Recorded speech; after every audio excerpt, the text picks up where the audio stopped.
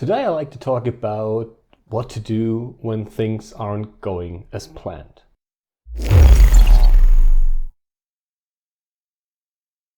Hi, my name's Matt and recently I've started a new business.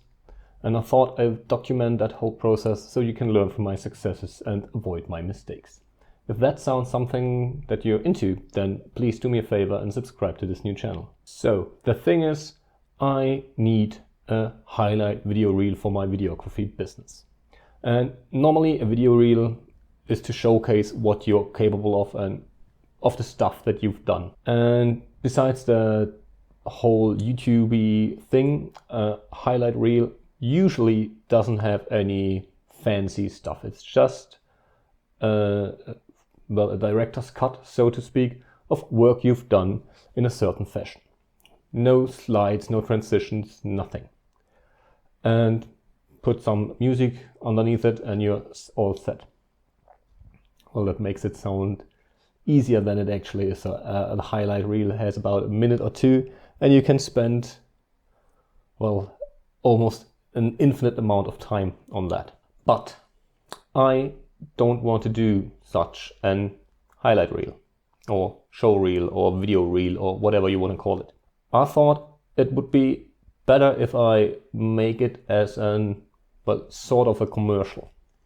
Not really commercial, but a hybrid between a highlight reel and a commercial for the company. So I thought about it and I thought about it and I thought about it, what to do. And since I'm living in the beautiful city of Constance, I thought, well, a shot of the city with a lake in the foreground and the clouds in the sky would be a perfect opener. Thing is, for a time-lapse shot, which I had planned, to put that on the water doesn't work. You can't put a time-lapse shot on a boat because waves and obvious reasons. So I looked at Google Maps, looked at a map and figured out a spot where I could see straight at the city of Constance, the harbor, or our little Statue of Liberty, so to speak, and it would work perfect. The thing is, from that spot to the city itself, it was about 2 to 3 kilometers or 2 miles. So 2 miles of water between me and the thing I tried to shoot as a time lapse. So I went online and rented this 70 to 300 Canon zoom lens and went on Amazon and bought a Viltrox adapter for my M50. And I decided to shoot it specifically on the M50 for the M50's major flaw, an insane crop factor in 4K. So I wanted to shoot that whole thing in 4K. I chose the M50 because of that crop factor, because I thought, well, if I'm almost 3 kilometers away from what I need to shoot and I got a 2.4, 2.5 times crop on that Canon, this 300mm lens is effectively a 6 to 800mm zoom, getting me nice and close. So it looks like I'm sitting right in front of the harbor taking this time lapse. It would look like if I'm on the water itself. That was the plan. Thing is, a 600mm lens, or 800, what it finally was then in 4K mode, is a ridiculously narrow or close lens, even at that distance. And I couldn't get it in frame. In 4K, the 70mm, the shortest focal range,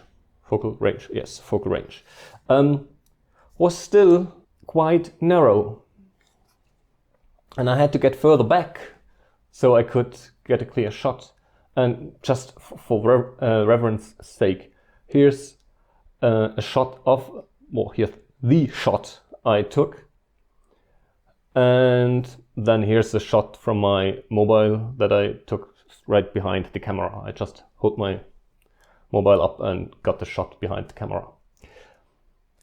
So we're not done yet, because the shot itself, after all, after color grading and all that stuff, looks not as bad as I thought it would. There's still a lot I could do with it, like the haze and so forth, and all the reflections from the water are quite iffy, but it's how it is, and that's the shot. It cost me $80 to get that shot, and 2 hours of running around and figuring out where exactly to put the camera. So, pro tip, by the way, if you need glass, rent it, don't buy it. I paid $40 to have this lens for a month, and then I'm just gonna send it back, because as great as it is, nope. Too heavy, too big. This one's a keeper. 15 to 85. I should have bought this one, because then I would have had a better focal range. That's why I rented this lens this time, because I thought I'd give it another go and try different focal length. But I digress. So, the whole point of that time lapse was to have a shot where I have the time lapse, then I zoom out, I mask the screen of my Canon and show the time lapse on the screen of the Canon as I pull out, go to the left where I sit monitoring the equipment, and you see the Alps in the back. That was the intention as an opening shot for my highlight reel. And here's that shot just for reference as well. As you can see, that looks total garbage and is basically unusable as is. So, how or what did I take away from it? Because every time something doesn't work as planned, you just have to live with it and get the best out of it, which is, well, experience. Let's call it experience. Mistakes are there to get experience, and this is a learning experience for all of us. Me mostly, and financially as well. So, what did I get out of this shoot that didn't go anything or any way or anything as planned?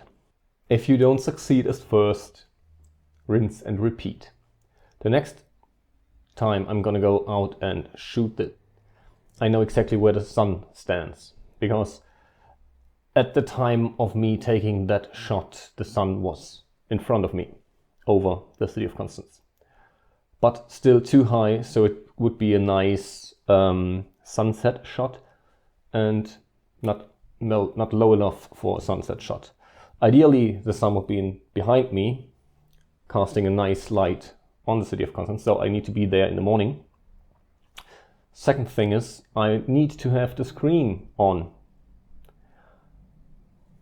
Simple little detail, but if the screen's off, masking a black screen when everything's black because you're so close with the lens is impossible. There was no way I knew, because it's not in focus at a small distance where I pull the camera out, and I have no reference point. It was all black. And the screen on the camera has about, I don't know, an inch, half an inch of a border. I couldn't see that. So I had to guess, and I guessed wrong, because I thought, well, screen is screen, let's put the whole thing over there, slap it on, mask it, track it, you're good to go. Nope, didn't work. It looks total garbage. Looks like a 5-year-old painted it with finger paint. The other thing, it's really hard for someone, because I'm in the shot, so I'm not taking the shot, who's not doing that on a regular basis, to do that fluent motion. So up, pause, left, pause, back. That's basically the motion I needed to do, or needed her to do. So we've spent about 15-20 minutes looking like idiots doing this all the time, and not a single shot worked. I tried to fix it in post with speed ramping, and no.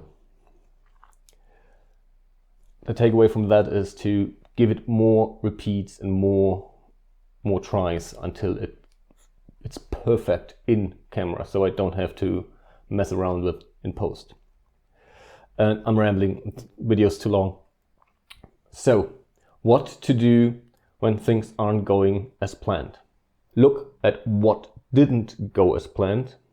Look if you can fix it. If you can fix it, fix it. If you can't fix it, don't try to fix it, and mark it off as experience added to your belt. In the past, I've always,